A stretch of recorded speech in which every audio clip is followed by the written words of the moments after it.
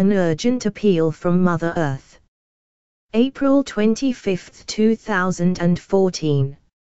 A personal message from KATHRYN. I don't know how to write this, or even what it is I am supposed to be writing. I have just come from a grounding session with Mother Earth, and the result has been profound and disturbing. I feel compelled to call on all of you for your special help because you are the people who can reach deeply to find what is needed to help Gaia right now. I believe it is crucial to our ascension. I asked to be told, I even said, speak to me, Gaia. Tell me how I can help. Let me know what needs to be done. I saw visions of oil wells pumping, fracking drills penetrating deep into her body, and I was reminded of the irritating, itchy spot on the back of my neck that has been annoying me for the past few weeks, a skin irritation that refused to respond to healing efforts. It is on the left base of my skull, and it made me think occasionally about how difficult it would be for those to ascend who are truly in pain. I saw my body as a map, my head as the northern hemisphere, my spine the center of the Americas. The spot on my neck where my skull connects to my spine would be Texas. The irritation flared as I recognized it. Images of oil rigs and bushes, toxic spills and oblivious humans in charge of attacking Mother Earth to rape and pillage her natural resources. She showed me crowds of elementals, fairies, elves, nature beings of all sorts. I was aware that I needed to call upon the human incarnations of Ariel and other Earth Keepers to enlist their shy troops to help come to the rescue. We must find a way to stop these painful activities immediately. Two facets of the work were clear. 1. Appeal to the Ascension Council to disable all drilling and digging that is causing pain to our Mother Earth.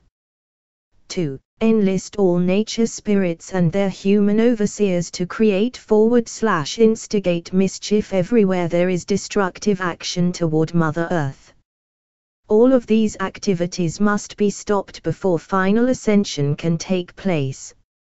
After about 40 minutes with my heart pressed against the earth, I arose feeling in an altered state. Everything around me appeared crystal clear, but multifaceted. I saw every flower and branch, every living consciousness, and was dizzied by it. I walked into the house and smelled acetone nail polish remover, and the reaction I felt was like a mad dog. I felt a sudden flash of rage, like an injured wild animal facing its attacker. I felt wild frustration, the impulse to lash out and destroy everything around me that reminded me of toxins, chemicals, man-made poisons.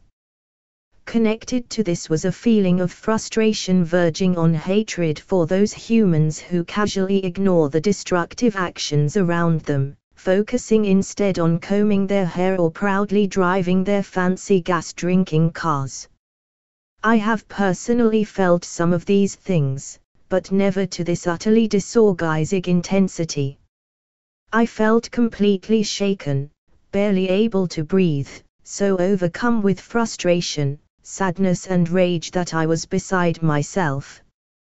I remembered Father God once saying to me, Mother Earth will only tolerate the abuse so long, and then she will simply shake off humankind the way a dog shakes water off its back. I now understand the feeling that would lead her to do it. I know that our efforts to ascend, to raise our consciousness have been helpful. It has created the possibility for all of us to jump from the old timeline in which Mother Earth would have been completely destroyed, and us with her, to the beautiful reality of Mother Earth restored to the paradise she was meant to be. It feels to me as if we are at a shift point where we will fully accomplish the great plan, or something less. If we are to reach the highest potential, we must help Mother Earth to heal, to forgive us, and to accept our own responsibility for her suffering. We are the ones who can see the destruction, feel the pain of hundreds of years of injury.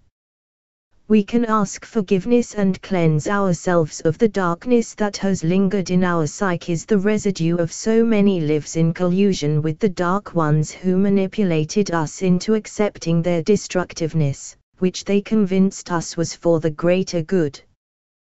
While we are still here with 2 feet on the ground, we must do more than envision new earth. We must take direct action to protect her, now. How that will be done will emerge from each of us personally, our inspiration, our networks, our friends and our location on the earth. We are a formidable army of lightworkers. Mother Earth needs our help right now. Every act which directly protects her from attack will resonate around the globe. I know this message will create new ideas, new possibilities for how we can fearlessly stop the abuses, right now. The more people involved, the safer it will be to take action in opposition to the powers that were. In the meantime, I ask for the nature spirits to come forward to help organize a most effective campaign of liberty and justice for Mother Earth. With all my love. Portia. Permission is given to copy and share this message, providing it is given in its entirety without additions or deletions, and credit is given to the channel and to the website, www.whoeatslight.org.